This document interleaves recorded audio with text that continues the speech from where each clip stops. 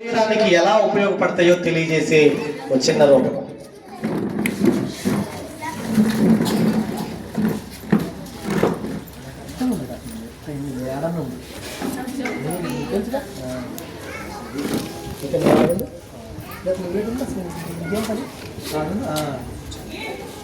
నేనే vitamin A, నా పేరే విటమిన్ ఏ. నేనే విటమిన్ ఏ, నా పేరే విటమిన్ ఏ.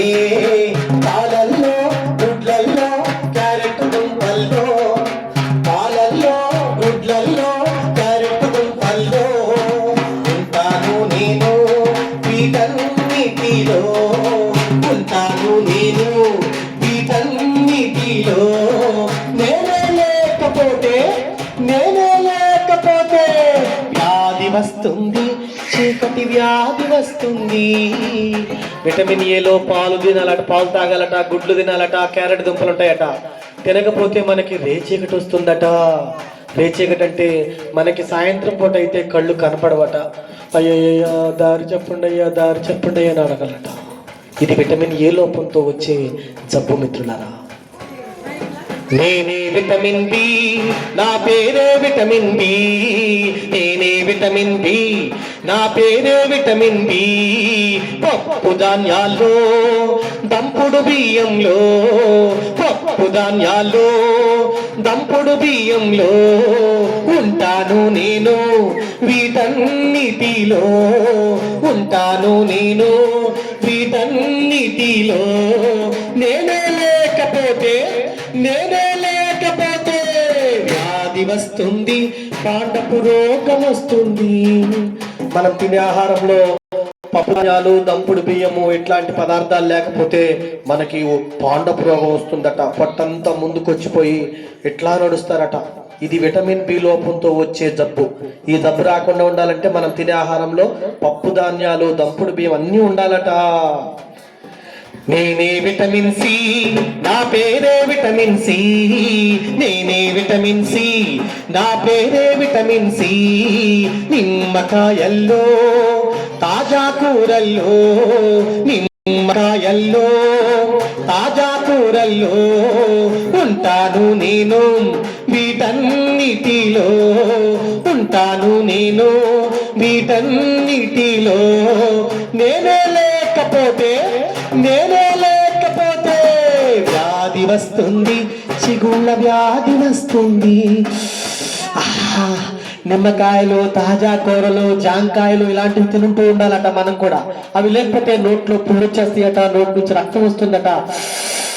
నోరంతా మండిపోతుందట చాలా మంది పిల్లలకి. ఇది విటమిన్ సి లోపంతో వచ్చే జబ్బు. అందుకని ఇది రాకుండా ఉండాలంటే మనం తినే ఆహారంలో పులుపు పదార్థాలు ఉండాలి, నిమ్మకాయలు ఉండాలి, జాంకాయలు ఉండాలట. నేనే విటమిన్ డి, నా పేరే విటమిన్ డి. నేనే విటమిన్ డి, నా పేరే విటమిన్ డి. పాలల్లో, చేపల్లో, సూర్యకిరణాల్లో. పాలల్లో, చేపల్లో, సూర్యకిరణాల్లో. ఉంటాను నేను వీటన్నిటిలో. ఉంటాను నేను వీటన్నిటిలో. నేనే లేకపోతే వ్యాధి వస్తుంది, కీళ్ళ వ్యాధి వస్తుంది. మనం తినే ఆహారంలో పాలు ఉండాలట, గుడ్లు ఉండాలట. చూడండి, కాసేపు ఉదయాన్నే ఎండలో కూడా నిలబడాలట. ఇలా నిలబడిపోతే మనకి డి విటమిన్ లోపంతో కీళ్ళ జబ్బులు వస్తాయట. కీళ్ళ జబ్బులు వస్తాయి. ఇలా నడుస్తూ ఉంటారు. అప్పుడు ఎముకలు చాలా బలహీనంగా ఉండిపోతాయట. ఇలా నడుస్తారు. ఇది విటమిన్ డి లోపంతో వచ్చే జబ్బు. ఇవన్నీ మనకు కావాలా?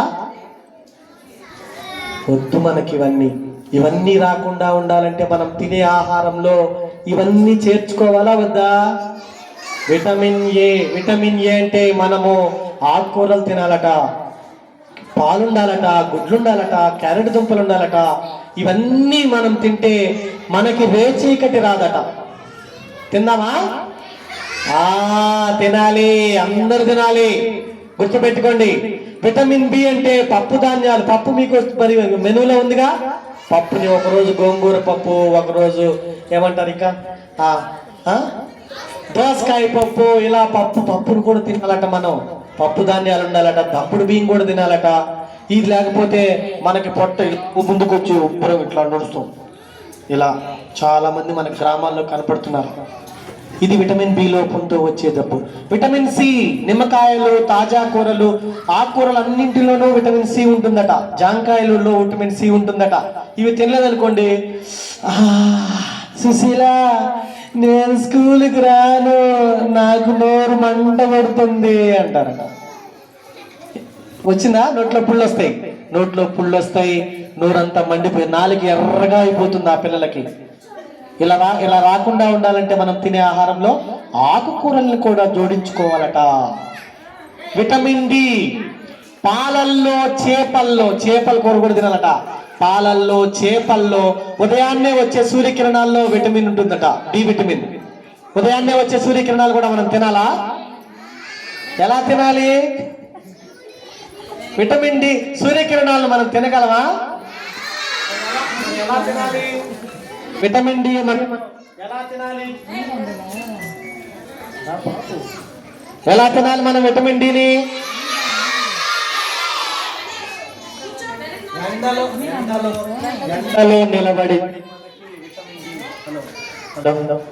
ఎండలో నిలబడితే మనకి విటమిన్ డి వస్తుందట. ఉదయాన్నే వచ్చే ఎండలో కాసేపు నిలబడితే విటమిన్